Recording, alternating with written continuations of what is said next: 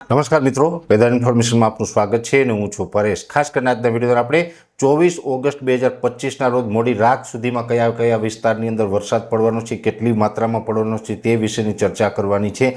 આમ જોવા જઈએ તો 16થી 24 ઓગસ્ટનું જે આ વરસાદી રાઉન્ડનો આપણી આગાહી છે એ મુજબનો અત્યારે વરસાદ ચાલી રહ્યો છે। આમ તો ગઈકાલે 22 તારીખના રોજ પણ ઉત્તર ગુજરાતમાં પણ સારા એવા વરસાદની શરૂઆત થઈ છે, જેમાં વિજાપુર હોય અથવા તો જે વિસનગર છે, આજની તારીખે જે રાજસ્થાન બોર્ડરે ખેડબ્રહ્મા સુધીના ગ્રામ્ય વિસ્તારોમાં સારા વરસાદ પડ્યા એવા સમાચાર મળ્યા છે। પણ હવે આવનારા દિવસની જો વાત કરવા જઈએ તો આજે 23 તારીખ છે, આવતીકાલે 24 ઓગસ્ટના રોજ મોડી રાત સુધીમાં હજુ પણ તીવ્રતા સાથે વરસાદ પડી શકે છે, જેમાં ખાસ કરીને દક્ષિણ ગુજરાતની વાત કરવા જઈએ તો ડાંગ, તાપી, નવસારી, વલસાડ અને વાપી આટલા જિલ્લા એવા છે કે તેમાં આવતીકાલે 24 ઓગસ્ટના રોજ મોડી રાત સુધીમાં હજુ પણ 2 થી લઈને 4 ઇંચ સુધીના વરસાદો પડે તેવી સંભાવનાઓ છે। 1-2 સેન્ટરની અંદર 4 ઇંચ કરતાં વધી શકે છે। એ સાથે સૌરાષ્ટ્રની અંદર પણ જોવા જઈએ તો જૂનાગઢ, ગીર સોમનાથ અને અમરેલી આ 3 વિસ્તારો એવા છે કે એમાં હજુ પણ લગભગ 3 થી લઈને 5 ઇંચ અને 1-2 સેન્ટરમાં 5 ઇંચ કરતાં વધુ વરસાદ પડે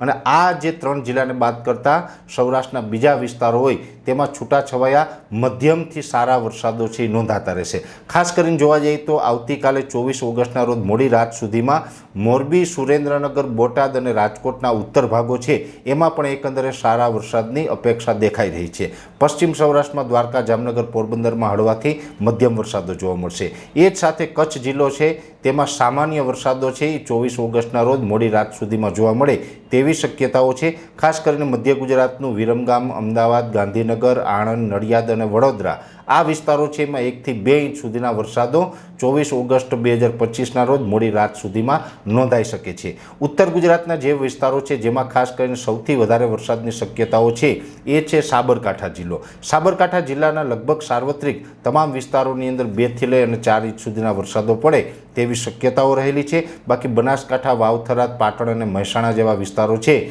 તેમાં સામાન્યથી મધ્યમ એટલે કે 1 થી લઈને 2 ઇંચ સુધીના વરસાદો પડી શકે છે। એ સાથે જે મધ્યપ્રદેશ બોર્ડર લાગુ વિસ્તાર છે તેમાં પણ થોડી તીવ્રતા જોવા મળશે। મહીસાગર, છોટાઉદેપુર, દાહોદ, ગોધરા જેવા વિસ્તારો છે તેમાં લગભગ એવું અનુમાન છે કે 2 થી લઈને 5 ઇંચ, 1-2 સેન્ટરની અંદર 5 ઇંચ કરતાં વધી શકે છે। એટલે આ પ્રકારના વરસાદો હજુ પણ સંભવ છે। દક્ષિણ ગુજરાતનું જે નર્મદા જિલ્લો હોય અથવા તો જે ભરૂચ, અંકલેશ્વર, સુરત આ તમામ વિસ્તારોની અંદર સામાન્ય વરસાદ એટલે કે 1 થી 2 ઇંચ સુધીના પડી શકે। એટલે ઓલ ઓવર ગુજરાતમાં હજુ પણ વરસાદી સિસ્ટમ સક્રિય છે। જે આપણે બંગાળની ખાડીમાંથી સાયક્લોનિક સર્ક્યુલેશન આવ્યું હતું, જે વેલમાર્ક લો પ્રેશર પણ બન્યું હતું, એ વેલમાર્ક લો પ્રેશર ગુજરાત ઉપર આવી અને ખૂબ વરસ્યું, પણ અત્યારે એ રાજસ્થાનના દક્ષિણ ભાગો અને અમુક પાર્ટ છે એ ઉત્તર રાજસ્થાન તરફ છે અને મેન એનો જે સેન્ટ્રલ પાર્ટ હોય છે એ સેન્ટ્રલ પાર્ટ એનો પૂર્વ રાજસ્થાન ઉપર છે। એટલે મોટાભાગે કહી શકાય કે એ વરસાદી સિસ્ટમ હતી એ ગુજરાત ઉપરથી પસાર થઈ ગઈ છે, છતાં પણ અરબ સાગર સુધી એનો સિયર ઝોન લંબાયેલો છે,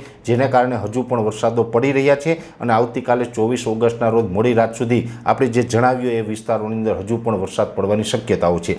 આવતીકાલે 24 ઓગસ્ટે મોડી રાત સુધીમાં આ વરસાદો પડીએ એટલે આવતીકાલના વિડીયોમાં આપણે જણાવશું કે હવે આ સિસ્ટમની અસરથી બીજા કયા વિસ્તારમાં કેવા વરસાદની શક્યતાઓ છે અને હવે એક નવી જે સિસ્ટમ બની રહી છે, બે બંગાળની ખાડીની સિસ્ટમ છે, એ કઈ તારીખથી ગુજરાતમાં વરસાદની અસર કરશે અને એ નવી સિસ્ટમ આવશે એ કઈ તારીખથી કેટલા પ્રમાણમાં અને કયા વિસ્તારમાં વરસાદનો રૂપમાં અસર કરે તે વિશેની સંપૂર્ણ માહિતી છે એ આપણે આવતીકાલે અથવા તો સોમવારના વિડીયોની અંદર ચર્ચા કરશું। અત્યારે આ વિડીયોની અંદર એટલું જ। અંતમાં દરેક મિત્રોને વિનંતી રહેશે કે આ વિડીયોને લાઈક આપીને દરેક ગ્રુપમાં શેર કરી દેવો। યુટ્યુબ ઉપર જોઈ રહ્યા હોય તો ચેનલને સબસ્ક્રાઈબ કરવી અને ફેસબુક પેજ ઉપર જોઈ રહ્યા હોય તો ફેસબુક પેજને ફોલો કરજો।